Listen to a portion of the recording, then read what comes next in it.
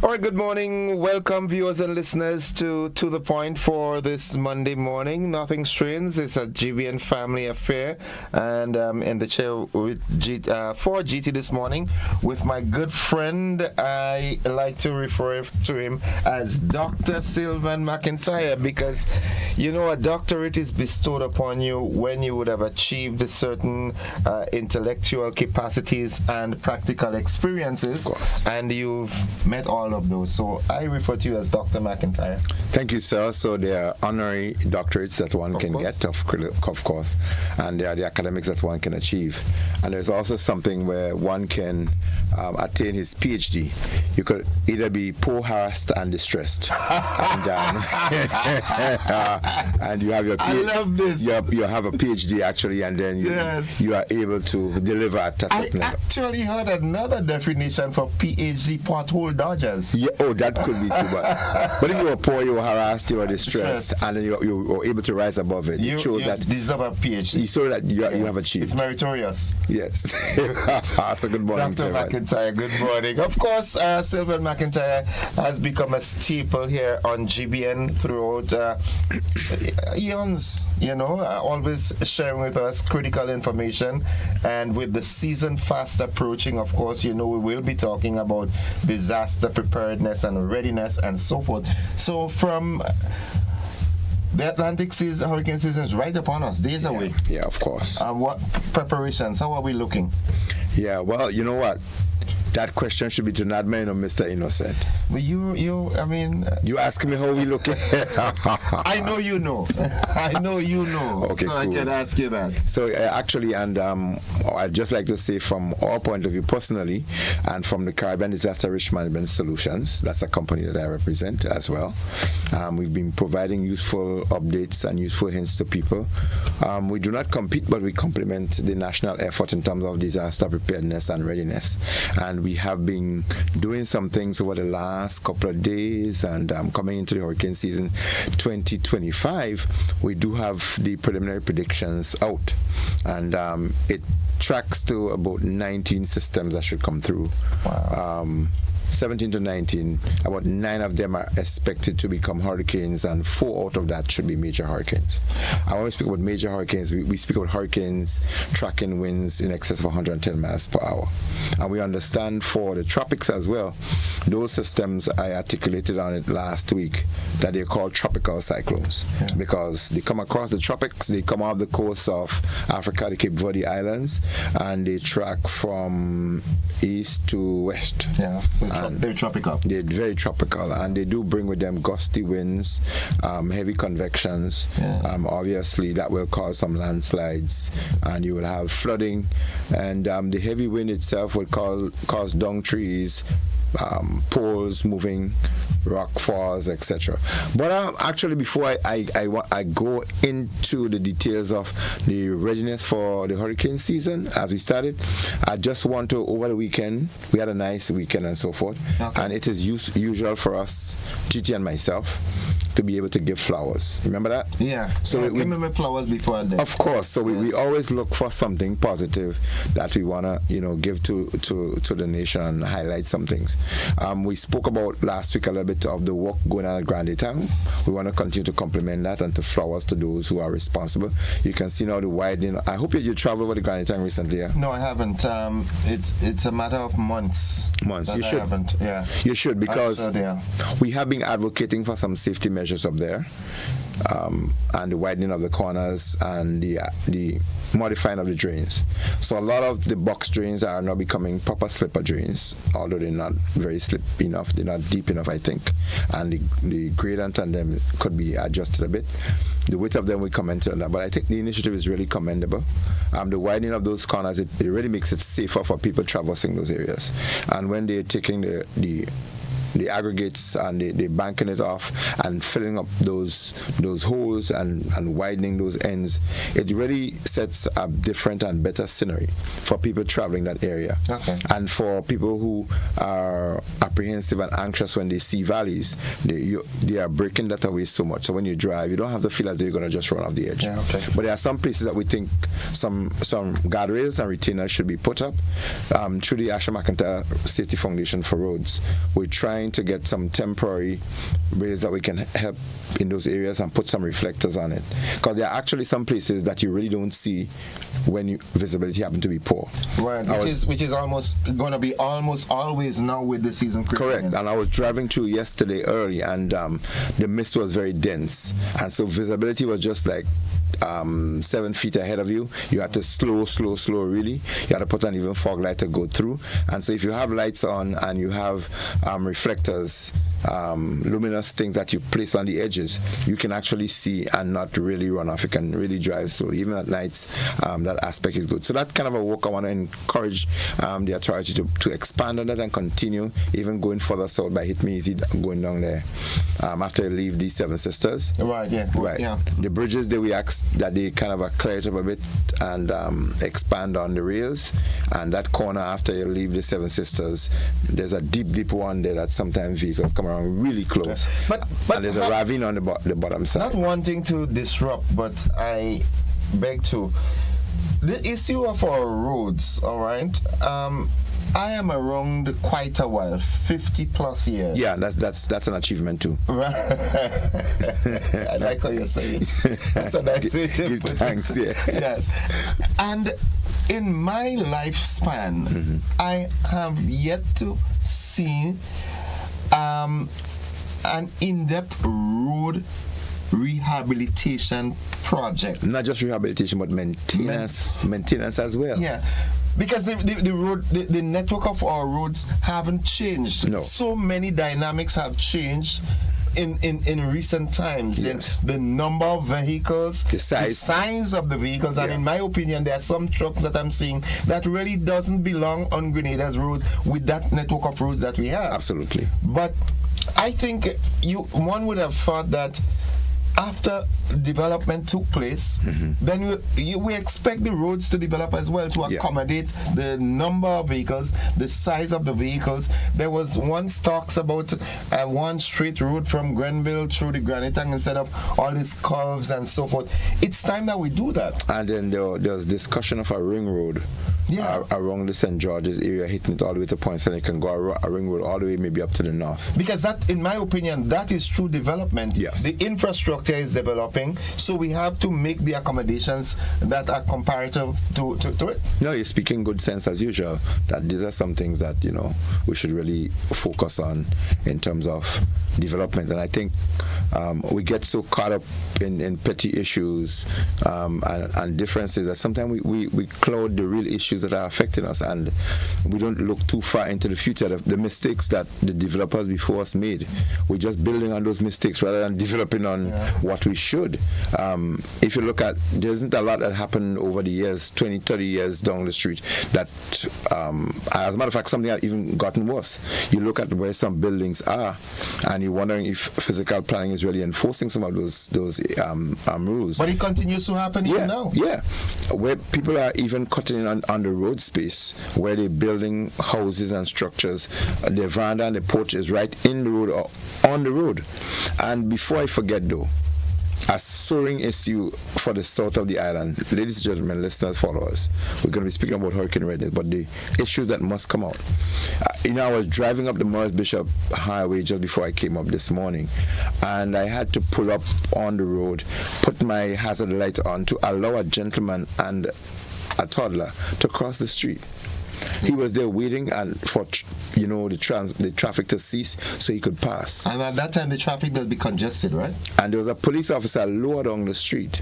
He too was down there helping children to cross the street. And my God, I lost my son fatally on that road. And we clamored since then for an overpass, a bypass or flyover, if you want to call it.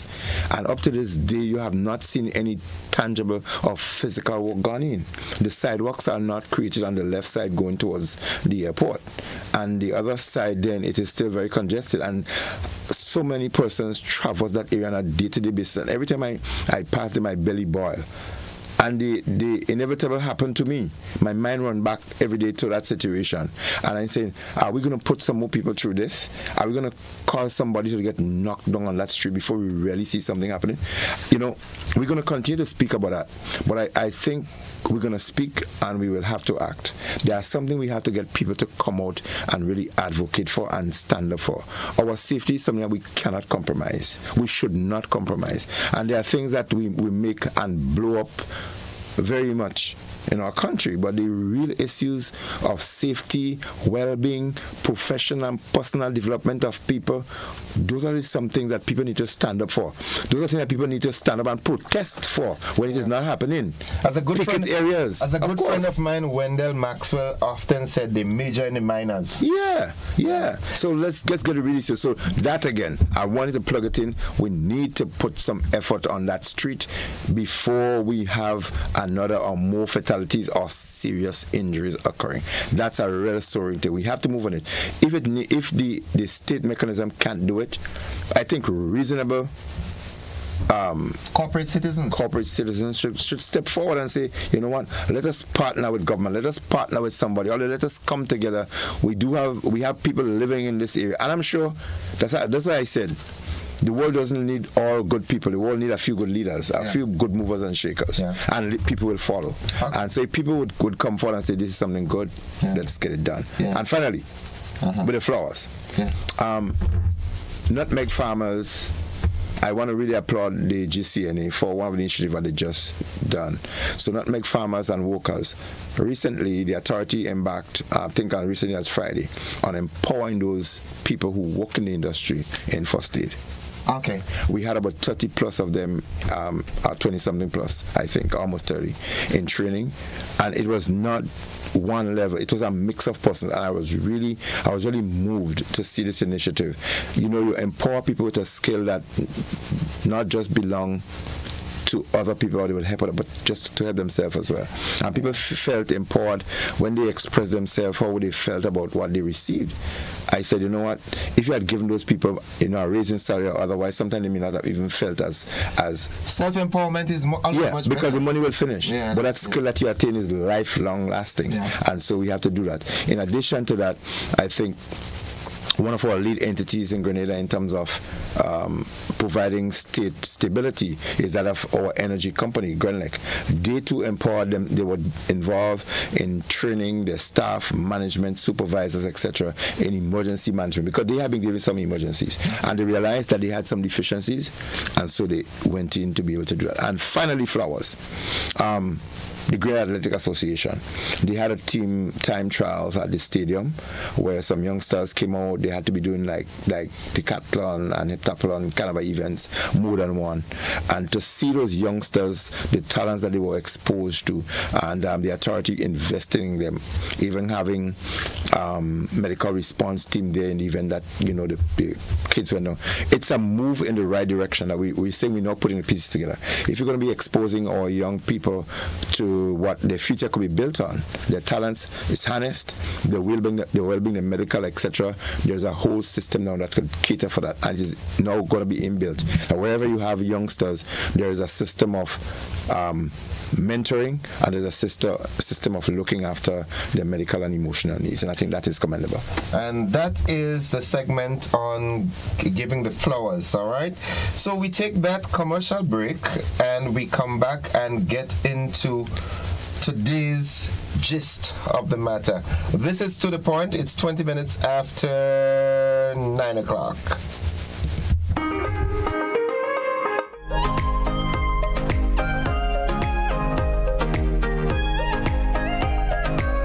Sporting fans, ready yourselves for the most anticipated Winston Tide games, June 7th and 8th at the Kirani James Athletic Stadium. Come support our athletes as they compete with some of the region's best in the field events and on the tracks. Save the date, June 7th and June 8th, Winston Tide games at the Kirani James Athletic Stadium. Stay tuned for more info. Winston Tide Game 2025.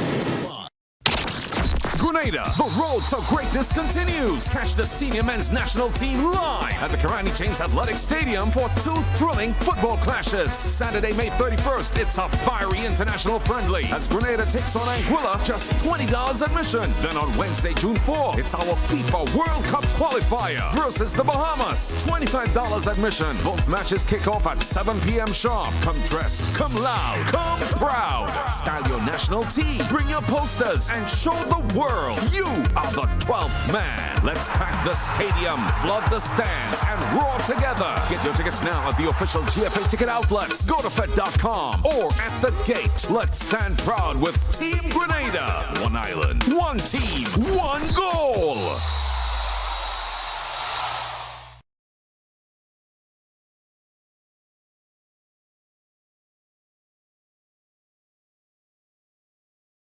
Get ready, Grenada. The Maggie King of the Grill is back and bigger than ever. On Saturday, June 7th, Monroe's playing field transforms into the ultimate battleground for grill masters. Think you got what it takes? Then fire up those grills and show your skills. Registration closes Friday, April the 11th. So don't miss your chance to compete for that sizzling prize and bragging rights. It's food, fun, and flavor, all powered by Maggie. To register, call 407-8458. Maggie King of the Grill, where flavor rules. See you there.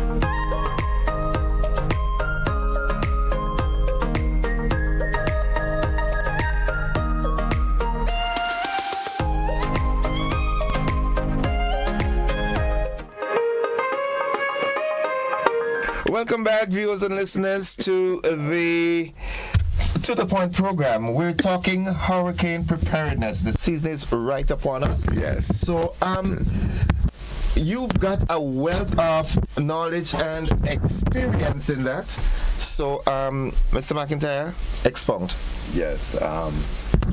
And having said that, we want to share a sense of empathy as well. I saw a release where the National Disaster Management Agency is outpost. Okay, tell you what, we're having a technical issue with this microphone. We take a 30 seconds commercial break and we have this rectified. We'll be back.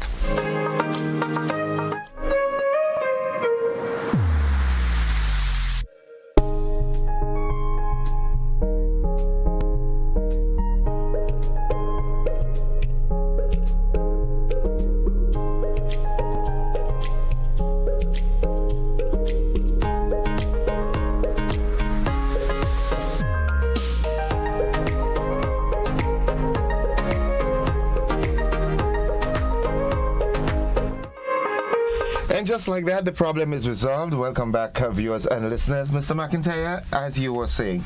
Yes, I'll be talking tropical cyclones or hurricane readiness for 2025.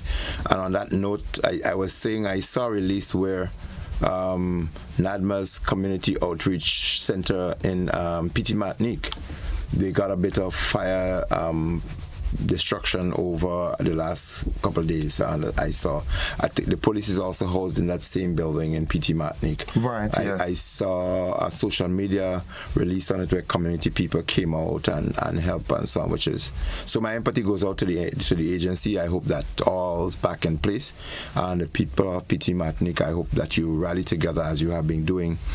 This is just maybe an exercise for you to show how you are able to rally together. In the face of adversity, you become a team to be able to deal with situations. Brings out the strength, isn't it? Of course. Yeah. So as we look at Hurricane Readiness 2025, we mentioned the focus that is slightly above average in terms of what should happen. An average season will give you 13, 14, or 15 systems and so forth. And there are years when we go beyond that, we actually exhaust all of the alphabetical order. And so even the names of the storms are being released for 2025 as well. But whether or not you have 13, 14, 15, 19, or 24, it will only take one of them or a portion of one of these to create havoc or destruction. And in 2024, just under a year, with a couple of days from now, just like 40 days maybe? Yeah, just about that. Right. We will be going back to Hurricane Beryl. And as I mentioned before, the anxiety and everything that people are going to face, I didn't need more in terms of the information. And this is why my spirit has just led me to try to embark more on information to people so that you become more confident in dealing with situation.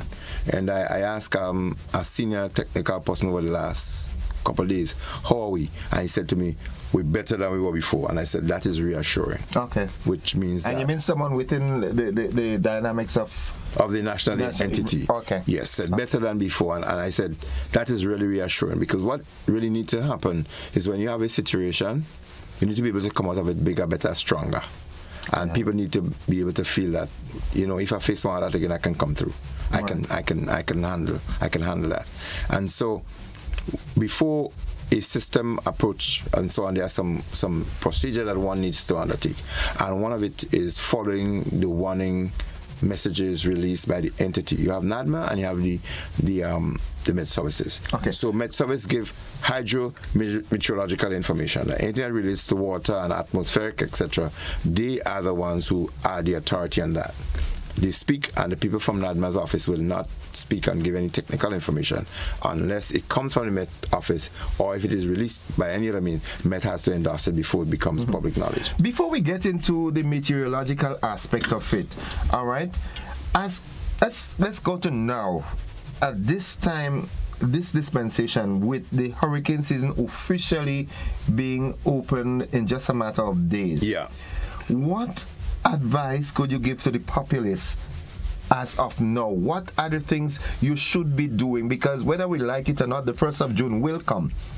Now, it's a different Sankey when the Met Office and NADMA and regional entities announced, okay, that there's a system approaching us. So that's a different preparation there. But all for now, as citizens, what should we be doing to lead into this?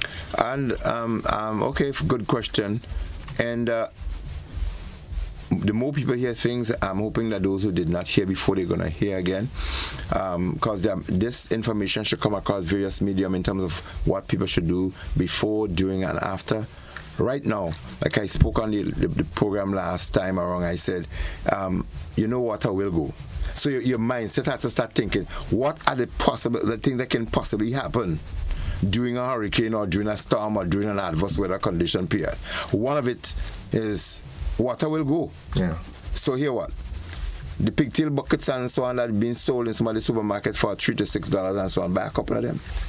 Or you can go into one of the official hardware store and buy proper buckets and so on, so you know that if you have a problem, if the tank falls down from a stand that is not good, or if you can't afford a tank, you have something that can store water. That's basic, right? And then you think about, well, in the event that some things go short, and it doesn't have to be a hurricane, what do we need to stock and keep for a long time? Okay, you have people in the house that may need particular medication and so on. Where would we get that? Should I have a stock of what I know I would need consistently, I would last me through? Yes, you do that. what kind of a foods and so on should I start saving up and making sure I have? Okay, well, the dasheen doesn't last very long. You're gonna ripe, except you freeze it, peel it and freeze it for a while. But the yams, the tanyas, and so on, the potatoes, they have some resilience. So you may want to tell yourself, you know what? We need to put some ashes on the head of the yam and the potatoes and so on. Roll them over in a little bit of ash and they're gonna last for a long time. Don't wash them. So a good advice, when you dig potatoes, you dig tanya and you dig yams and so on, don't wash them if you want them to last. Right. Rub the dust off, and if you have ash and so on, you could rub it on the head. If you have a little cut, a little and so on them, put a little ash, and that's going to give you a bit of longevity and that. So you think about these things that you want, and you understand where you live. Well, if where you live, and a little rainfall, you're going to flood, you're going to think, you know what? I need to ensure that the back of the house during the drier season, a lot of leaves may have fallen and so block it up, and a little bit of mud may have come down and full of the drains and so. Let me make sure I could fix that up. And the roof, I know in between we have some strong weather and so on. And I saw a leak, I saw the ply in the roof, there's a spot, maybe that could expand. So let me get some flashbang or go up on top there and check it out and we could fix that up too, right? And then you look at your coconut trees and your other things that you may have around. That branch I didn't check, that encroached, so it came across. It is touching your point entry line from Granite and so on. That like it may swing, I may break, and that could cut my paw off even if the tree did not fall. But the line, the wind can sway this back and forth. It could get my line damaged. I could lose power. So let me trim this down.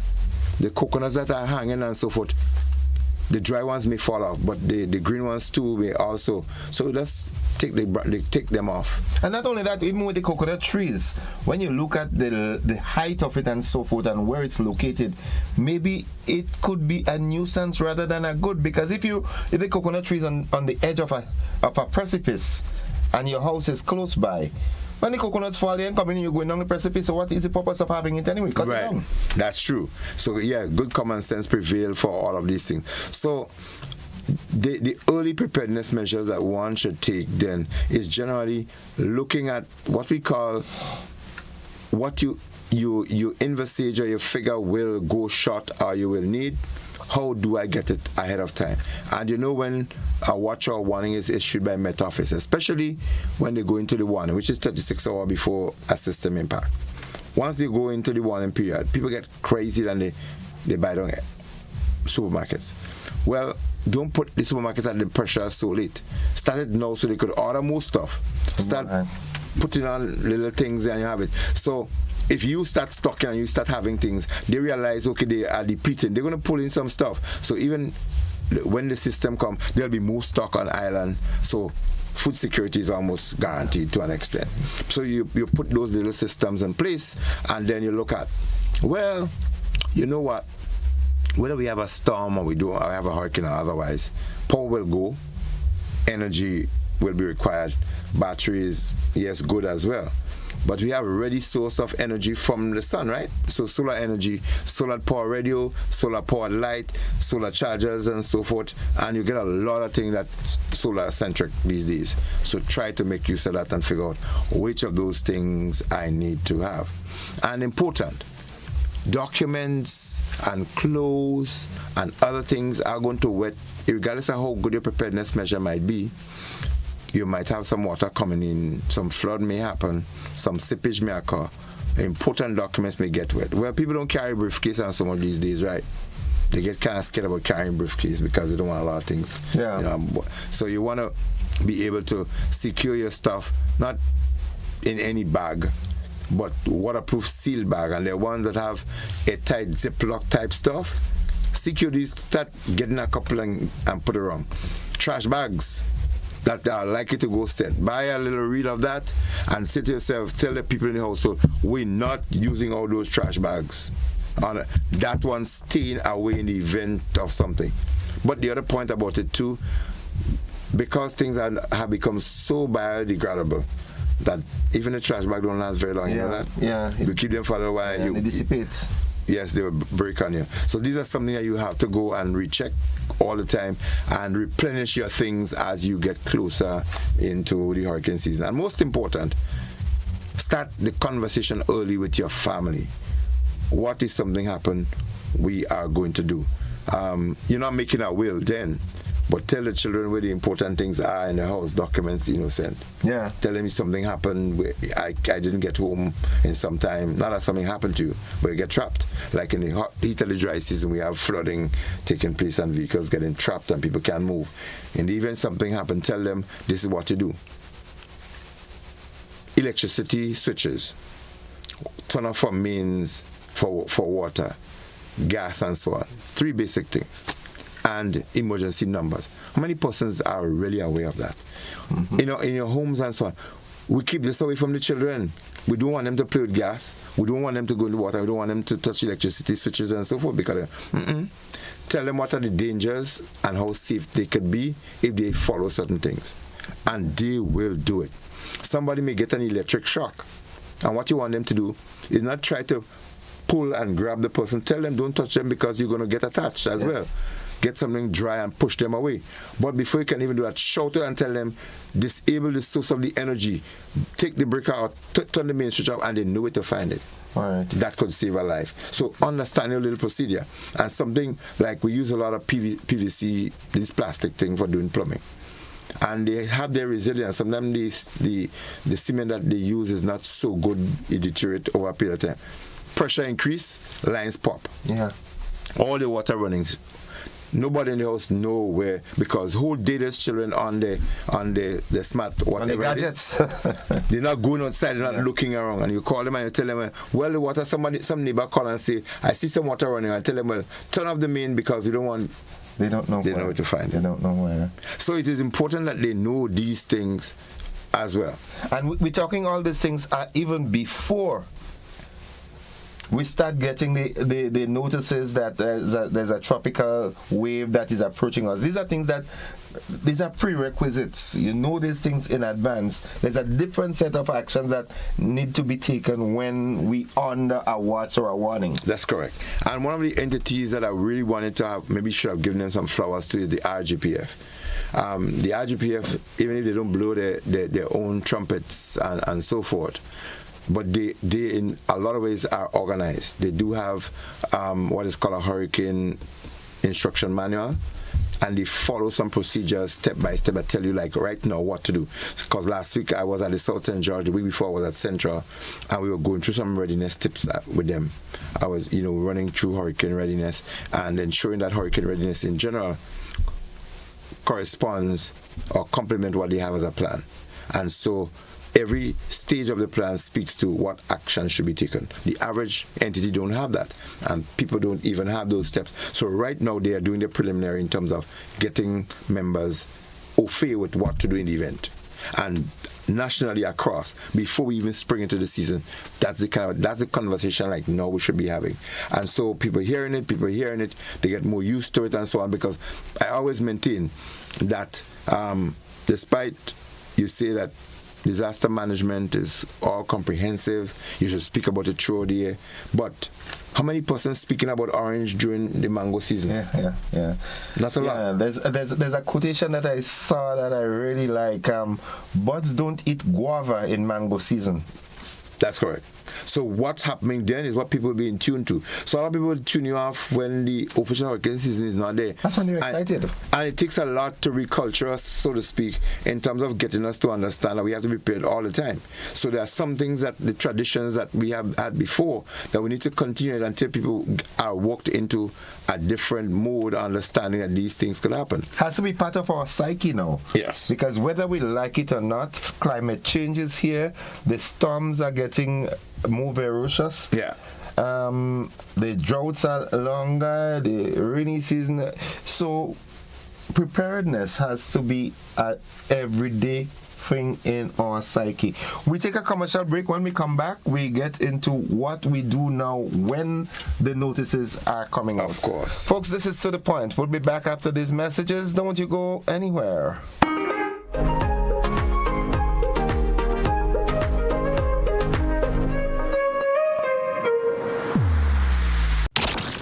Grenada, the road to greatness continues. Catch the senior men's national team live at the Karani James Athletic Stadium for 2 thrilling football clashes. Saturday, May 31st, it's a fiery international friendly as Grenada takes on Anguilla, just $20 admission. Then on Wednesday, June 4, it's our FIFA World Cup qualifier versus the Bahamas, $25 admission. Both matches kick off at 7 p.m. sharp. Come dressed, come loud, come proud. Style your national team, bring your posters, and show the world you are the 12th man. Let's pack the stadium, flood the stands, and roar together. Get your tickets now at the official GFA ticket outlets. Go to Fed.com or at the gate. Let's stand proud with Team Grenada. One island, one team, one goal. Project Music presents Rhythms of Spice. Sunday, June 1st, 3 p.m., Comahan Park. Featuring student performances Alpha One, Cool Jazz Band, Co-op Band Comancheros, Lion Pride Percussions. Project Music with Tira Etienne, Shireen Brizan, Jeremy Hector, Javon Andrew, and Sonika McKee. With special guests, Hickson from St. Lucia. Get your tickets $60 on sale at Grenadian Optical, Art and Soul, Gittins Pharmacy, Grenville, and Go to Fed. More at the door. Children 12 and under free. Rhythms of Spice, Sunday, June 1st, 3 p.m., Comahan Park. Sponsors Co-op Bank, Renrick & Thompson, Hubbard's, Fire and Foods, Inter-Caribbean, True Blueberry Resort, Acado Grenada, Gabriel's Rentals, Andrews Construction, Supreme Sounds, DJ Danny, GBN, Boss FM, and Real FM. Absolutely no vending. GBN presents the 2025 Maggie King of the Grill, Saturday, June 7th, Montrouge Plain Field from 11 a.m. Our partners, Maggie, the secret of great flavor, Grenada Distillers Limited, makers of Clark's Court, Grenada's #1 rum, Grenada Paper Products, makers of Cherish, Spring Soft, Harbour Bay, and Super Value Toilet Paper, and Royal, Quick and Easy, and Horizon Paper Towels, Budget Foods Inc., Classic Lighting, and Blue Bubbles PA Rental and Event Supplies. It's the 2025 Maggie King of the Grill, where flavor rules.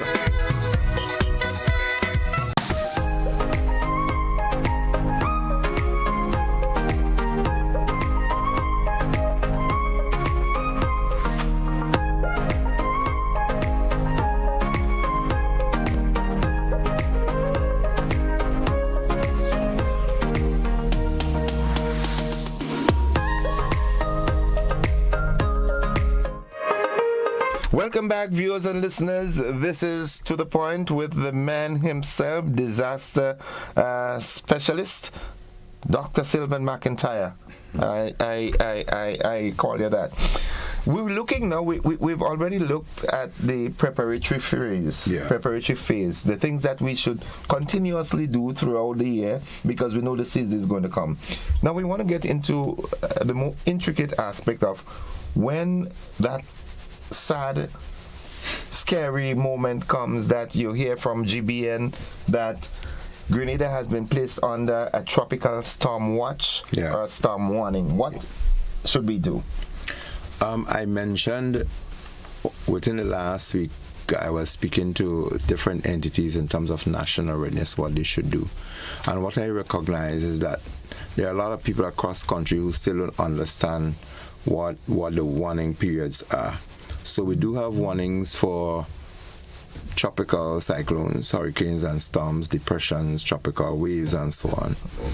And we do also have for things like not just hydrometeorological, but we do have for seismological as well, so earthquakes, volcano eruptions, and so forth.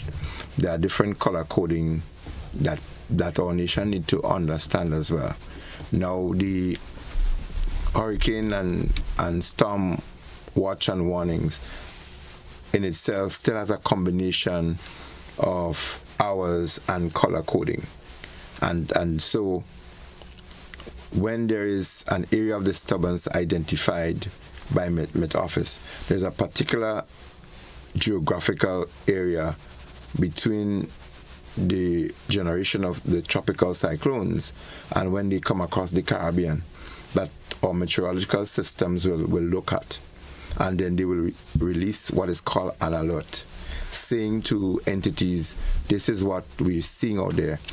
And in particular, if it tracks at a certain grid reference as well, I think between either 6 and 50 something, you know that Grenada is within those areas and so forth. In terms of latitude and longitude. And so forth. They would say, well, anything within those reference that they do have the official thing, but that's when they would release and say, we're looking at something outside there. It has the possibility, or it look like.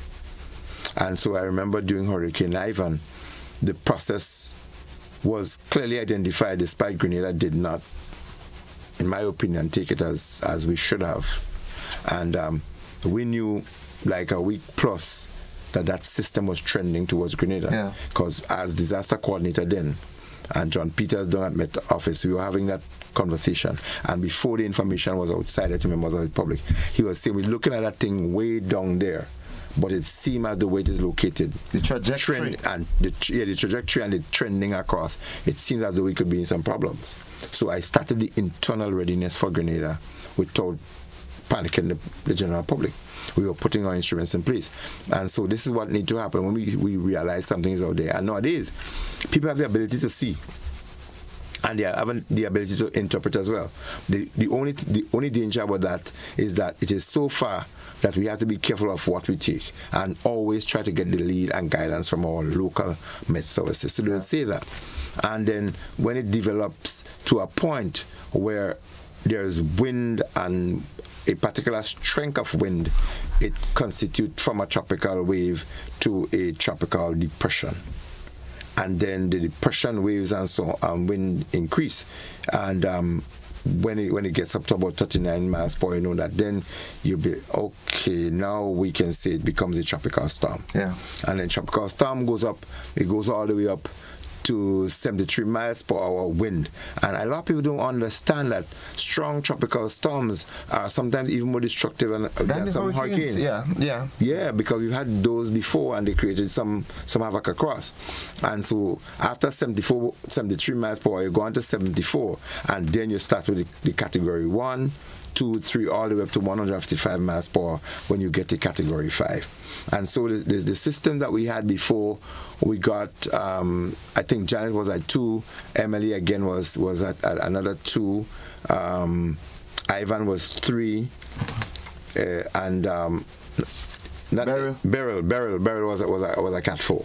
And despite the level of destructions that we've seen, the destruction from a tropical cyclone sometimes is relative to how your physical infrastructure is built, how resilient you are. If you have old houses and shabby buildings and you do things, engineering design, you will get mashed up.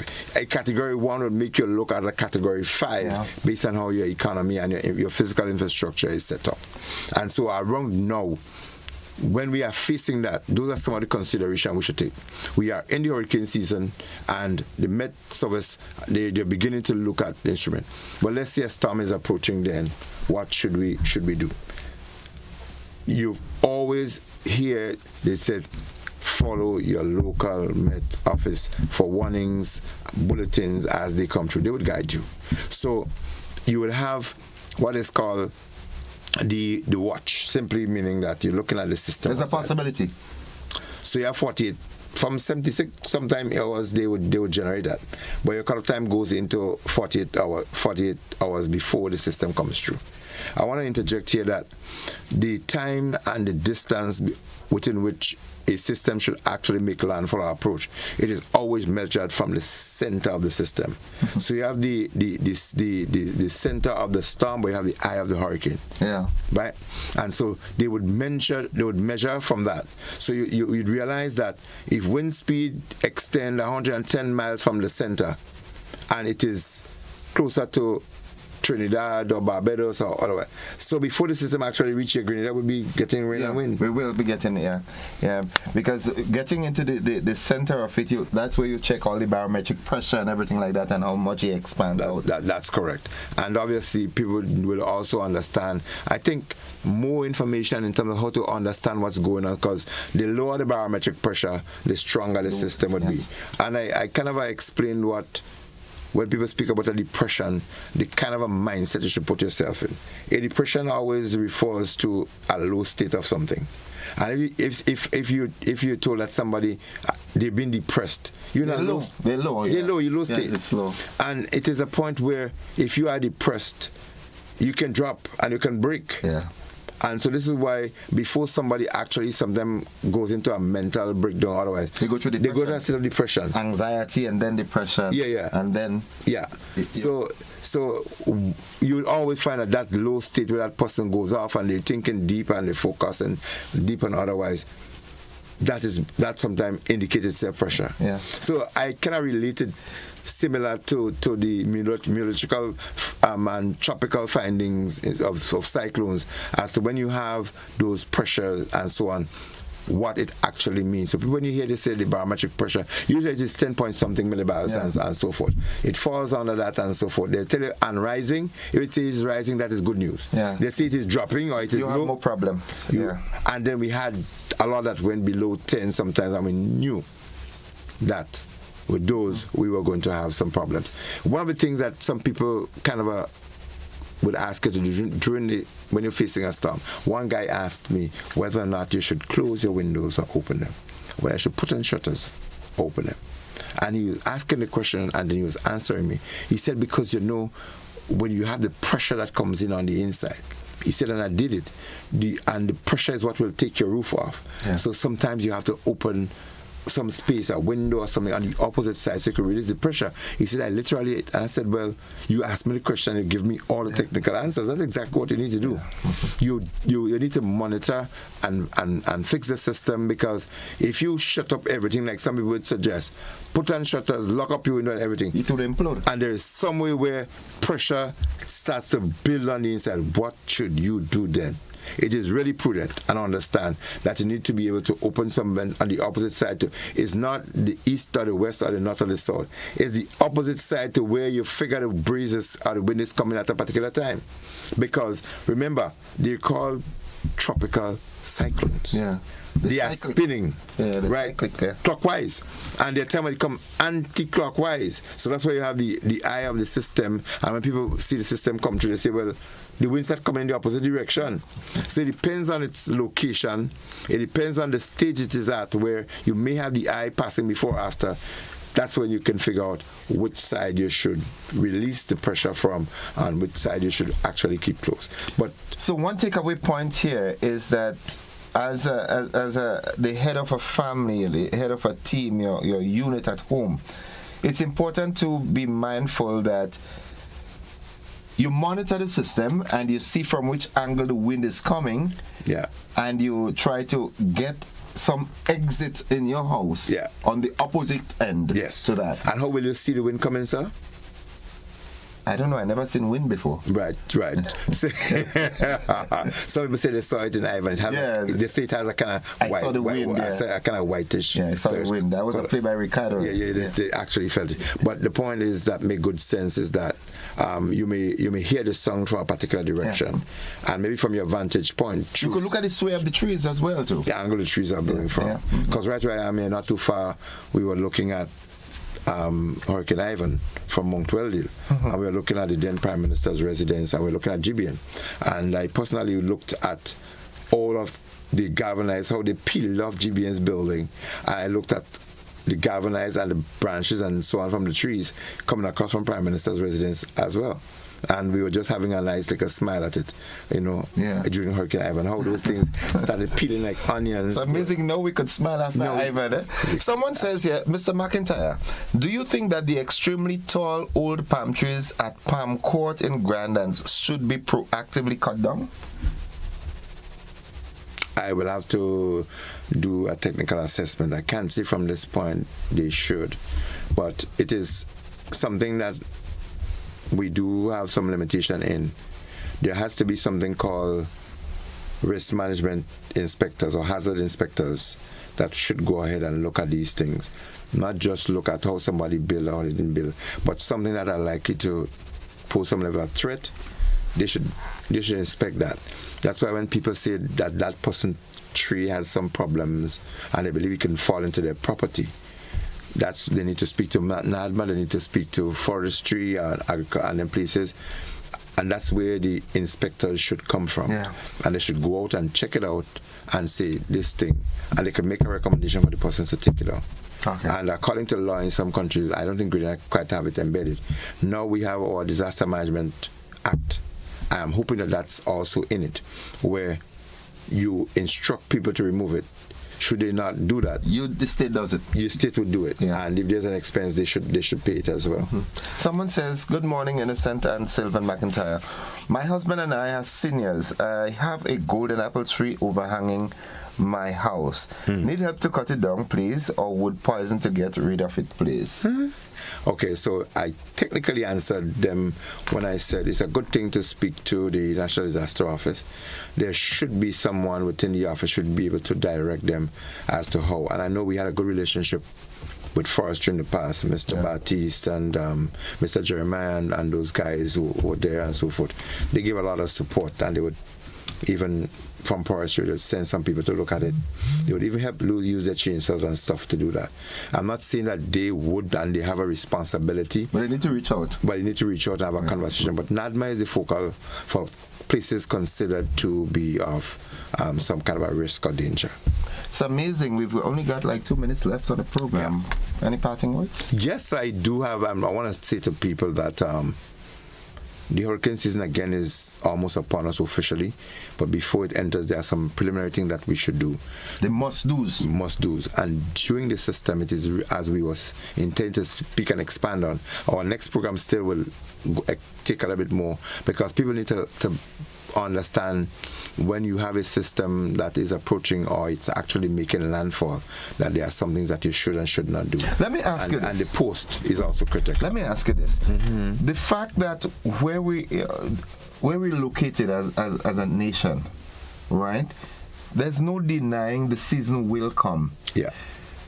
Don't you think it's a wise decision that it becomes a sort of household rule that we need to understand hurricanes and things like that, understand them in such a way that we know what is the watch, what is the alert, what and what are the things to look for, so we can easily say these are the things that we need to do now. Yes.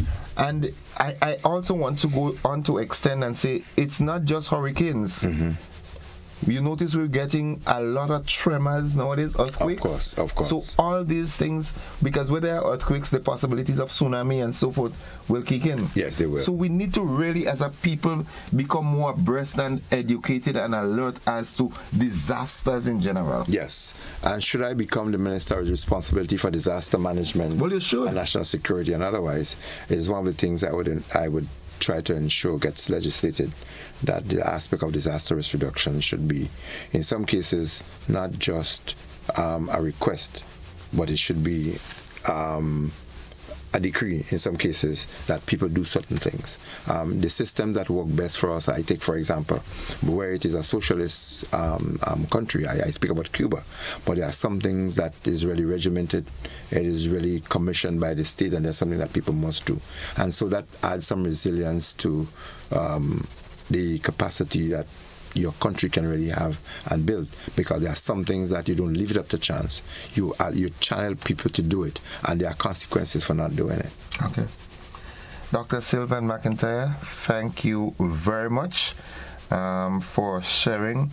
I really enjoyed this program this morning as though I was a member of the audience. Yeah, that's cool. You know, I really appreciate that. I must let you know that what you're doing, to some it might seem trivial, but in the nitty-gritty of it, you are saving so much. So much you are saving. So many people's lives could be saved. So many people's properties could be saved. I'll just extend a minute. Let's just entertain this caller. Good morning, caller. Welcome. Good morning, sir. Welcome to the program. Good morning. You're all doing a very good job. Thank you, Sylvan. Yes. But I have to say, please, the rivers all need to do something as to dredging, because that would avoid some of the swelling. Because some regime ago, they used to do some dredging of the river, and the rivers used to, lessen on the swelling and flooding. So all you should, think about that, consider that. Okay. I'm happy that we actually took that caller. He just made part of our money. He just paid us almost $1 million. But in terms of that aspect, I think a lot more, and it may not necessarily mean doing dredging. It may be looking at rivers, tributaries, and so forth, and streams. A total inspection of those waterways before the peak rain season actually comes in, because there are a lot of obstructions that happen because of a lot of different actions and dumping practices that happen that can lead to flooding and destruction. So in some cases you may not necessarily have to dredge, because when you dredge and you distract the flow of water in some areas, you can create a different impact. So the whole river hydrology so forth has to, and river engineering, those kind of things has to be undertaken to drive and direct actions. I remember mentioning an aspect, and Mr. Rolo chimed in on it as well. There's something called basoning that can break river flow, the velocity of the river and everything else, and you can find different places, and it may require some dredging and altering some things to be able to do that. Because as we develop lower downstream in the lower land, there are some that may have affected the flow. Because River Road, where the river is right now, the river used to be where the road is, River Road, and so forth. And when you adjust it and so on, and the river is trying to regain its natural course, that there something should happen. So it's not just about just getting in and say, let's move some stones and move this and so on because of rain season. But I think we have to go past that and take it deeper, go into a bit more of the science and incorporate the local knowledge from the people who live and the people who know. Let's entertain this other call. Good morning, caller. Welcome. Good morning, Welcome to the program. Yeah, Mr. McIntyre, good morning to you and also. Yes, sir. I want to say that whatever that Ivan was category 3. But I from the same video and I get and I witness Ivan must be more than category 3. No way. Maybe it was a 13. It was about 5. Because you can tell me no way that Barry was stronger than Ivan under no circumstances. Come on, give me a break. Okay. Have a nice day, man. It was officially registered as a strong 3. Wind gusts at times may have gotten up. Because it happens to a 4 a little bit, But the sustained in terms of the reading was a strong 3. 3, yeah. Beryl was a category 4 for sure. But if you color listen carefully, it says based on what you feel, based on what you are. Depends on your location. You may kind of and I don't know how you compare a 3 as to a 5. I don't know where he's been to experience that, or you could tell that. You understand? Yeah. But I respect his comment and his feedback. All right. But thanks very much again. Dr. McIntyre, 4 minutes after 10. And we have to wrap. But again, as I wish GT could not make it a couple more Monday mornings. For us to chat, you love us, man. I enjoy the conversation. Yes, of course. Yeah, I really do enjoy the conversation, and if I'm enjoying it like that, I know that the audience. I have a problem, a golden apple tree hanging over my house. Please need help to cut it down, please. Okay. All right. There's another golden apple tree again. That's the second one. Somebody spoke about a golden apple tree. But golden apple tree has a way of expanding in terms of its branches and root. Yeah. And the last time I spoke about some plants you don't need to keep close to your houses. Golden apple is one of those. Yeah. All right. Okay, 5 minutes after 10 o'clock. This is To The Point for today. This is where we conclude the program. Those of you who called and participated, even by just listening, thank you for your participation. And if the good Lord spares our lives, we'll do it again tomorrow. Same time, same place, same frequencies and channels. Dr. McIntyre, thank you as always. Peace. Peace. Pleasure. That's To The Point.